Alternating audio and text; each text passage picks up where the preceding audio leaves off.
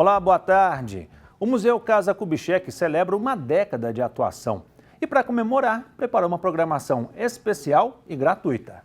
Pelos próximos 2 anos, o Museu Casa Kubitschek abriga a exposição Traçar Moderno, construindo formas e trajetórias, uma celebração aos 10 anos da inauguração do museu. Então, ao longo desses 10 anos, o museu apresenta exposições contemporâneas com seu acervo, com uma discussão sobre a Pampulha, uma discussão sobre o modernismo.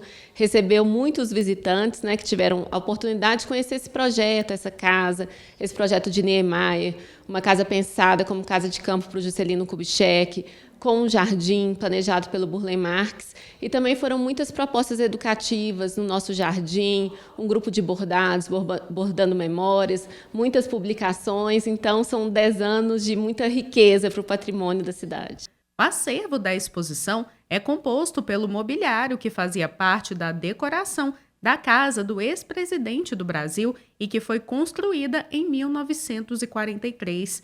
Projetada por Oscar Niemeyer, a Casa Kubitschek integra o conjunto arquitetônico da Pampulha. A gente tem os espaços públicos que foram planejados naquele momento, o cassino, a casa do baile, o iate, a igrejinha.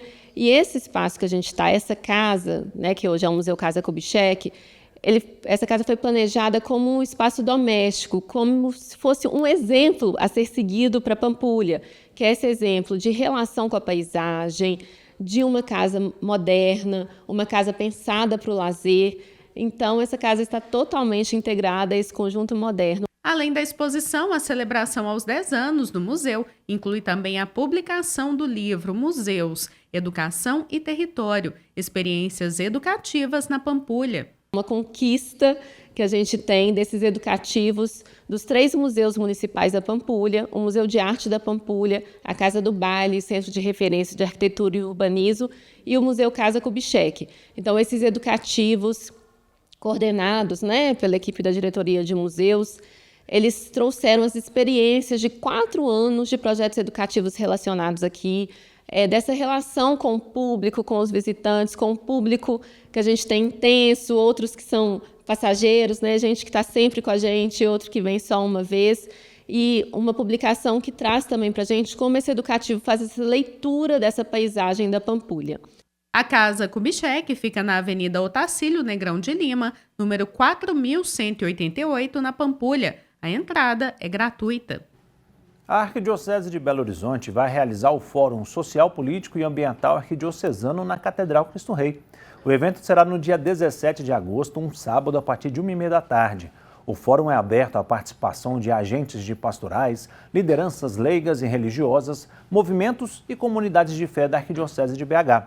Neste ano, o encontro será ainda mais especial, celebrando os 20 anos do nosso Vicariato Episcopal para Ação Social, Política e Ambiental. As inscrições podem ser feitas pelo site da Arquidiocese. E o Secretariado Arquidiocesano das Juventudes e o Vicariato Episcopal para a Ação Pastoral da Arquidiocese de Belo Horizonte convidam para a peregrinação das juventudes ao Santuário Basílica Nossa Senhora da Piedade. A subida à Casa da Padroeira de Minas será no dia 15 de agosto, às 8 horas da manhã. A peregrinação é momento de devoção e amizade neste ano dedicado às juventudes na Igreja de Todo Mundo. São esperados mais de 4.000 participantes e o santuário prepara com muito carinho esta acolhida, que certamente ficará gravada na memória e no coração. As inscrições podem ser feitas pelo site arquidiocesebh.org.br.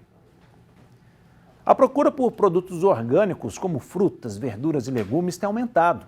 Os supermercados abriram espaço para esse nicho, mas as feiras de rua continuam sendo os melhores lugares para achá-lo. Não é de hoje que a alimentação saudável e livre de agrotóxicos é tema presente nas cidades, nas mídias e na mesa do brasileiro. E para achar esses produtos é preciso buscar por feiras orgânicas. Produtos orgânicos, eles são produtos que são cultivados tanto sem agrotóxico, e muitas vezes sem também aditivos químicos.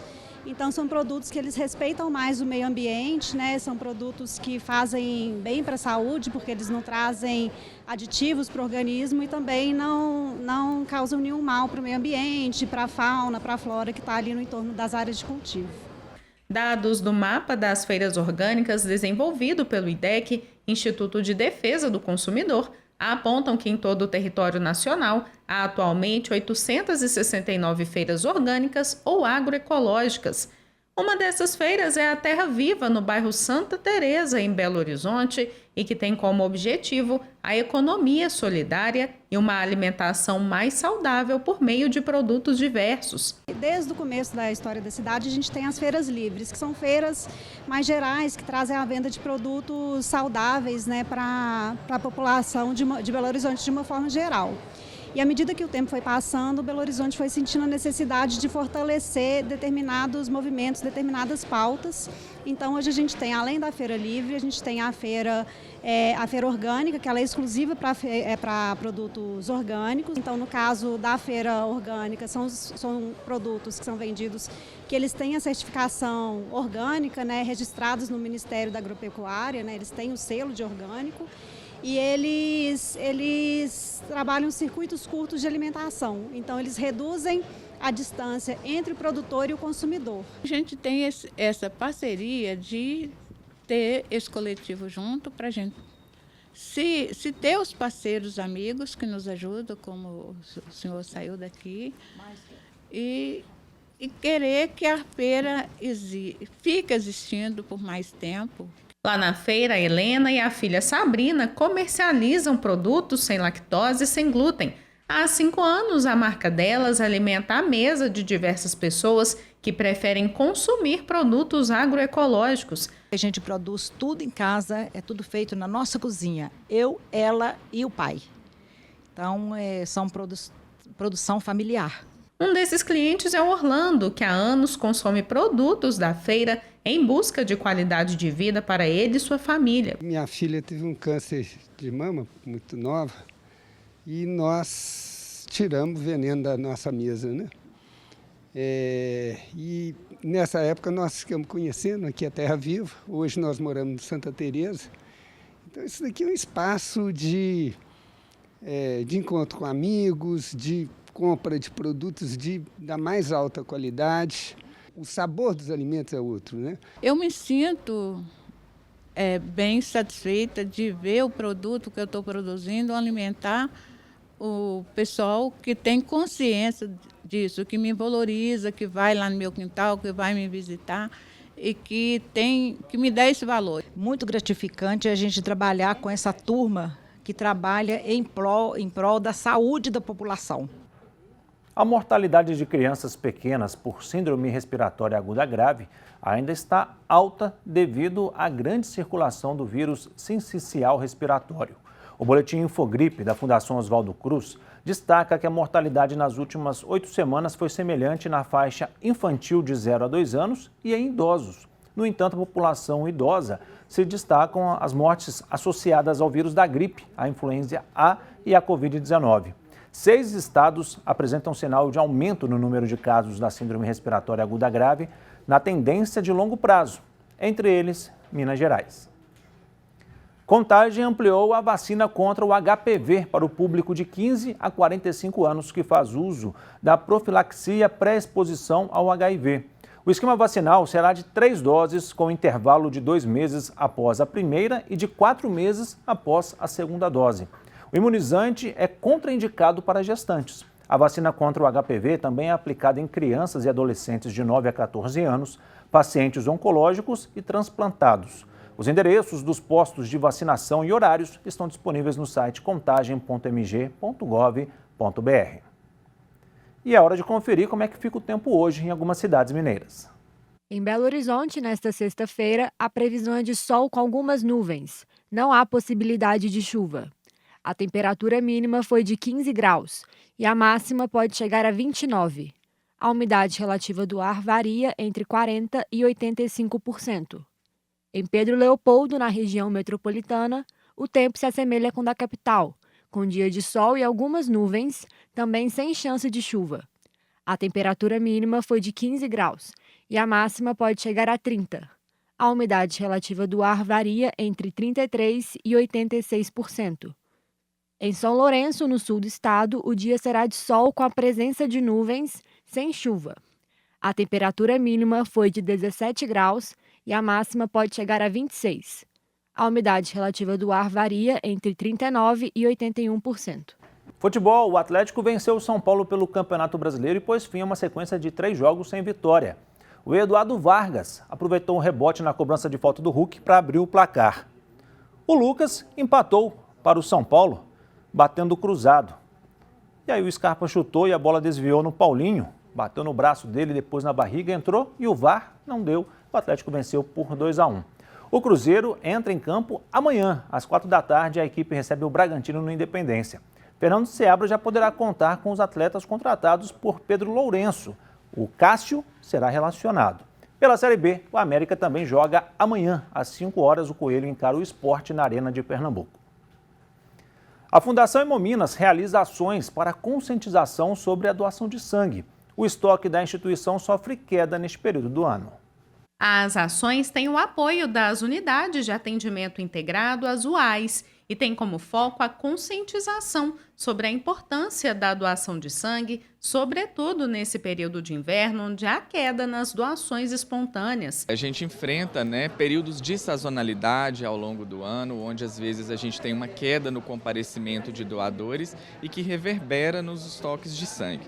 Então, o período do frio e também das férias escolares, a gente passa por isso, há uma diminuição do comparecimento das pessoas nas unidades da Hemominas, e uma ação dessa, ela é muito importante, porque circula aqui na UAI, em todas as UAIs que a gente tem no estado, um número muito grande de pessoas que estão aptas a realizar a doação. E essa ação tem acontecido desde o dia 1º/7 até o dia 16/7. Então, os profissionais do Hemominas estão circulando em nossas unidades, trazendo a conscientização dessa ação tão importante, também tirando possíveis dúvidas e também explicando quais são os critérios para poder se doar o sangue. De acordo com informações atualizadas da Fundação Hemominas, os tipos sanguíneos O e A seguem em baixa neste período do ano. Mas a gente lembra que os estoques do grupo O positivo ou negativo, A negativo, eles estão mais em baixa, eles enfrentam aí uma queda maior.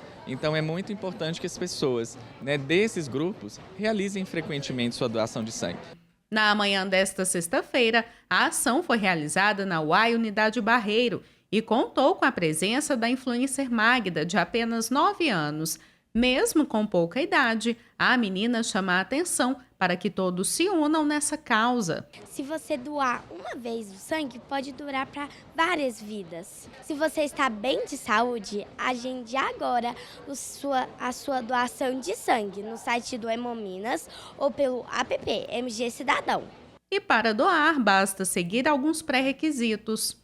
Basicamente, a pessoa precisa estar em boa saúde, ela tem que ter dormido bem a noite anterior, ela tem que ter entre 16 e 69 anos de idade. Lembrando aí que os jovens de 16 e 17, eles precisam da autorização expressa do responsável legal, que está lá no site também, e aqueles maiores de 61 anos que forem realizar a primeira doação, eles precisam comprovar uma doação anterior. A gente lembra que tem que pesar mais de 50 quilos, estar bem de saúde, e uma novidade é que aquelas pessoas que tiverem feito maquiagem definitiva ou tatuagem em local que tenham alvará sanitário, o prazo agora é só de 6 meses, não é mais de 12 meses, Foi publicado no Diário Oficial do município o decreto que determina a destinação de R$ 306 milhões para as empresas de ônibus de Belo Horizonte como forma de subsídio.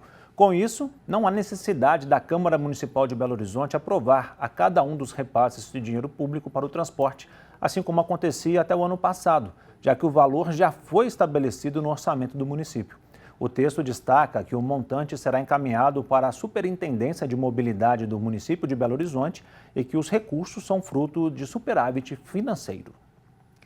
E a Assembleia Legislativa aprovou o projeto de lei de diretrizes orçamentárias de Minas Gerais para 2025.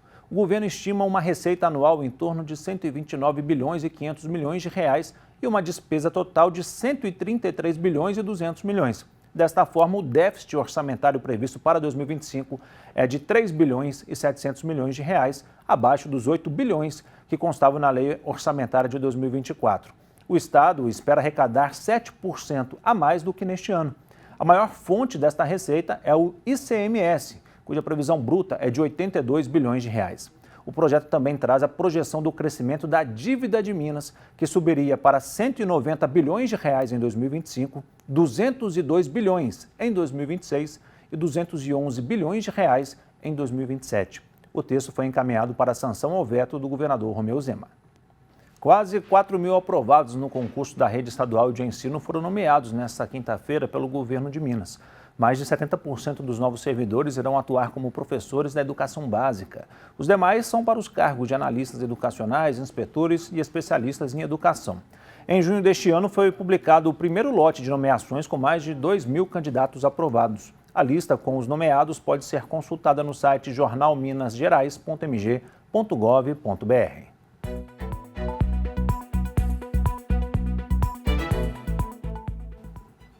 No nosso papo sobre o ECG de hoje, o coordenador do curso de administração da PUC Minas, professor Marco Antônio Machado, vai nos falar mais sobre o pilar social. Boa tarde, Marco. O que é o impacto social positivo? Boa tarde a todos. Bom, muita gente pensa, quando se fala em pilar social, em sustentabilidade, que isso se resume à filantropia. Na realidade, não é isso. Então, o impacto social positivo é a preocupação das organizações, como eu sempre gosto de frisar, de todos os tamanhos, pequenas, médias ou grandes, de causar um impacto positivo junto às comunidades, aos locais onde elas estão. Então, por exemplo, incentivando o consumo responsável aos seus próprios clientes, tratando dos resíduos e de reciclagem. Então, a empresa tem um impacto social positivo na medida em que ela, inclusive, dá o exemplo para que as pessoas façam isso também. E, Marco, quando a gente pensa naquelas ações voltadas para a diversidade e para a inclusão, elas também fazem parte desse pilar social? Sem dúvida alguma, elas são uma parte fundamental.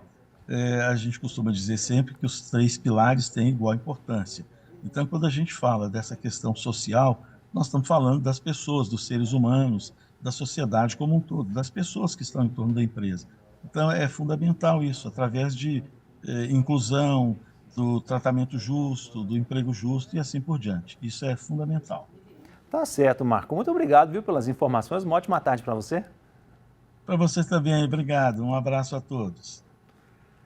Aponte a câmera do seu celular para o QR Code que aparece ali no cantinho para ter informações sobre a família dos devotos de Nossa Senhora da Piedade e saber como você pode ajudar. Nós estamos com 51% da meta de arrecadação para o mês de julho, então a sua ajuda é muito importante. Você pode sugerir assuntos para a gente discutir aqui no Horizonte Notícia pelo WhatsApp 31 99680 2910. E para rever reportagens que foram ao ar, acesse o nosso canal no YouTube, que é o @Horizonte Notícia TVH. Nós voltamos na segunda-feira, hein? Tenha um ótimo fim de semana, fique com Deus e até lá.